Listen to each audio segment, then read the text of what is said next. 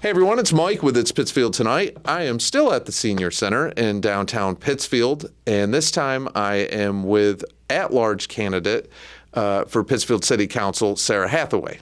Sara, thank you for taking the time to do this today. So glad to be here. Thanks for inviting me. And Sara was another one that was at the bird invasion last weekend at Park Square. So I guess I'll start with, because a lot of people do know you. You were the mayor of Pittsfield, and a lot of people know you from the Pittsfield School Committee. What made you decide this year to run for City Council at Large? Well, I still care about the schools. I could see that it would benefit the schools to have a friend at the table on Tuesday nights. They got lots of friends on Wednesday nights, and they need somebody on Tuesday nights at City Council who can represent the voice of our teachers and our students and our administration, and just help the counselors to understand there is an elected school committee. This is their responsibilities. This is your responsibilities. And I know, I don't want to be a Johnny One Note. I also bring experience as a housing planner. I worked for Berkshire Regional Planning Commission, but before that, I worked as a housing planner in Massachusetts. And we are at a point where there is a housing crisis statewide, and I know I can bring that experience. And of course, as you mentioned, the mayoral experience. And I really do feel like that big picture background is helpful when you're trying to make decisions for the city. I'm very interested in the types of organizations that are working on housing, because it's not going to be just the city solving that problem. It's going to be a range of players, nonprofit organizations, private developers, and we need to team up with each set of, experts who can bring their expertise, their skills, their financing, and work on the housing issues. The state has, every 5 years, they create a bond bill. And this time around, the bond bill is twice the amount for housing as it was 5 years ago. So, my line is Pittsfield needs to be first in line for some of that funding for housing. But, there are other issues. Downtown, I've talked about, why haven't we opened up liquor licenses? We can bring in private investment. It costs the city nothing. Currently, we're using an old law that tied liquor licenses to population. And of course, Pittsfield has lost population since that law came into effect. And there are liquor licenses out there that would have sunsetted because of the population, but the licensing board is able to keep them going. And what's happened is there's a sort of a black market. If you want to open a restaurant in Pittsfield, you pay someone to sell you their liquor license. Well, that's a public commodity. It's like selling the Brooklyn Bridge, Right, I agree. We can bring in private investment, and I don't mean to, hurt those people. They're trying to run a restaurant, and that was the option that was available to them, and they bought their licenses. But it never should have been allowed to develop. So we do have to figure out a way to make sure, if we can, that those people are not hurt by this. But by bringing in more restaurants, we will create, I think, we can create easily a kind of a scene, a culture of dining. It makes Pittsfield a destination. We've already got the theater crowd. If they come to Pittsfield to watch a play, they're going to want to go out for a drink afterward, or they're going to want to have dinner beforehand. And we can, it costs us nothing to put those liquor licenses out there for the free market people to come in and invest in the downtown. And when you create that scene of restaurants that are sort of egging each other on, like this guy's got great desserts, but this guy does, steak really great, you get that kind of competition. And I know this because I lived on Nantucket, where, it's tourism all the time. Now, is that a city council vote, or is that licensing board, or the mayor? How? I think we need to go to the legislature to get a home rule petition, but it's routine. every city has done it. I don't know if there are any that are still like Pittsfield that have said, oh, we're just going to go with the old system, that was good enough for grandma. I think they would grant it as soon as we asked. Okay. There was a little effort in right after I left City Hall. They had, I think, a home rule petition to get like 3 more licenses, and they were only for downtown. And so 297 Rare has one of those licenses. I think maybe, I might be wrong, but I think Methuselah has one of those licenses. The 3 that were added. And those are fantastic places. If we can get more of that, why aren't we doing it? Okay. And, with the housing, just briefly to touch on it, how do you think we got from, at the height of our population at 59,000, and we had housing, what happened? A lot of it is run down. When I was at City Hall, HUD and DHCD, which I think is Department of Housing and Community Development.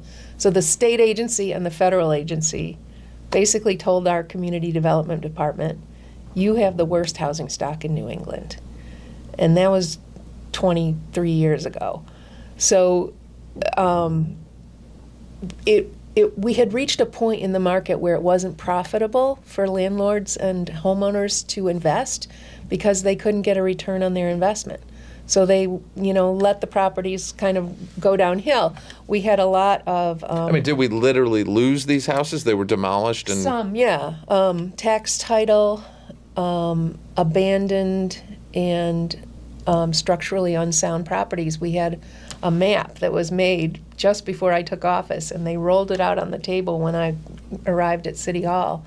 And you could see there was just this, color swath of properties that had been abandoned or people had stopped paying taxes. And we hired a lawyer, full-time, entry-level lawyer who wanted experience in land use. And we made back the money that we spent on her salary like 10 times over because we were able to clear titles, get those abandoned properties back on the tax rolls. New people bought them and invested in them, maybe built something on them or renovated the structures that were there. In other cases, we demolished things, and I know that's been a process. Because I know some of the schools, like I went to Pomeroy, and so a lot of the schools, I think it was under Mayor Smith, where he sold them all off for like $1 a piece. I remember that. And if they needed a lot of work, and they're all housing now for the most part. Right, and there has been some housing added. Clearly, there's it hasn't been a stagnant situation.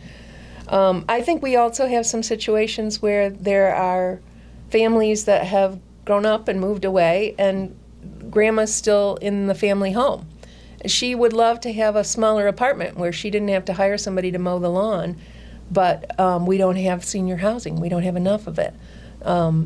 There's a waiting list for a lot of our units. So I'm hoping that Berkshire Mall project goes through. That would help. Isn't that going to be fun? Oh, yeah. Can you imagine all the people walking up and down the hall? I don't know if the hallway will still be there, but... No, but I think they're going to raise most of it and be able to salvage some of it from what I understand, but it's still held up with some legal issues.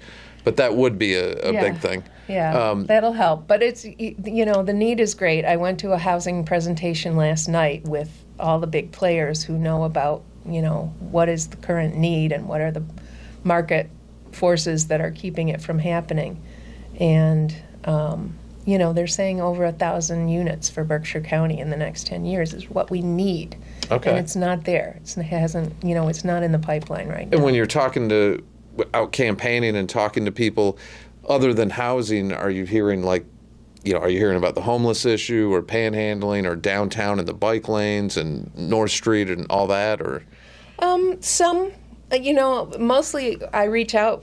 I had an interesting conversation, actually. It's been a while now, over a year probably, with some downtown business owners. And clearly they are concerned about the homeless panhandling situation. If you can run that together. It's probably not fair to run it together because we're not even 100% sure a lot of the problems downtown are homeless people. It could be, yeah. I mean, clearly the panhandling is irritating to the business owners and people sleeping in the doorways. So I don't know that those are 100% linked, but there's some relationship, I think. And one of the interesting things, I told this to another reporter, my background in regional planning, urban and regional planning, when you have a nuisance in a city, the two types of approaches are to concentrate it in one area, and I'm thinking specifically of the X-rated businesses that used to be a bigger deal before the internet. So you could either concentrate these bookstores and massage parlors in one area and you would have a red light district basically, or you could create a law that they couldn't be close together. Like if you had one, the next one had to be at least X number of yards away.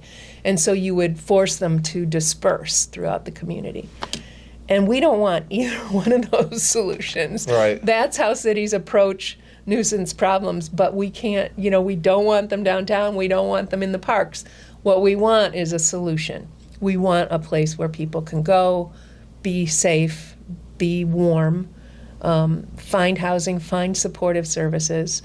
And the Tire administration did some wonderful things to get some of that housing in the pipeline. We're going to have supportive housing on West Housatonic and the center they're going to call the First at the Lutheran Church on First Street. And they like doing names like that. The Pearl. I know. The First. Everything's changed names since I was in politics. I had to learn, it's Hathaway now, and it's 18 degrees and all these new names, but it's fine. And it's. But we are working on a lot. There's a lot in the pipeline to address these, and there are a lot of services here. There's more things we can do, but I would say Pittsfield is an incredibly compassionate community, and it is. I agree. I think that's one of the things we do really well. And when we see people who are in distress, we help. I just put my Toys for Tots donation in the box up here while I was waiting for my turn. And, people are generous. But they need to know what the problem is and how to solve it. And I think, again, this is a situation where the city is partnering with the Breen Center and with Hathaway and with the churches, and we're going to work together on solutions that are compassionate. Well, for people who want to learn more about your campaign or how they can hold a sign or host a sign, what's the best way for them to reach out to you? Well, my phone number, I've still got my landline that I've always had, 413-442-6204. I don't have a website, but they can contact me through Facebook.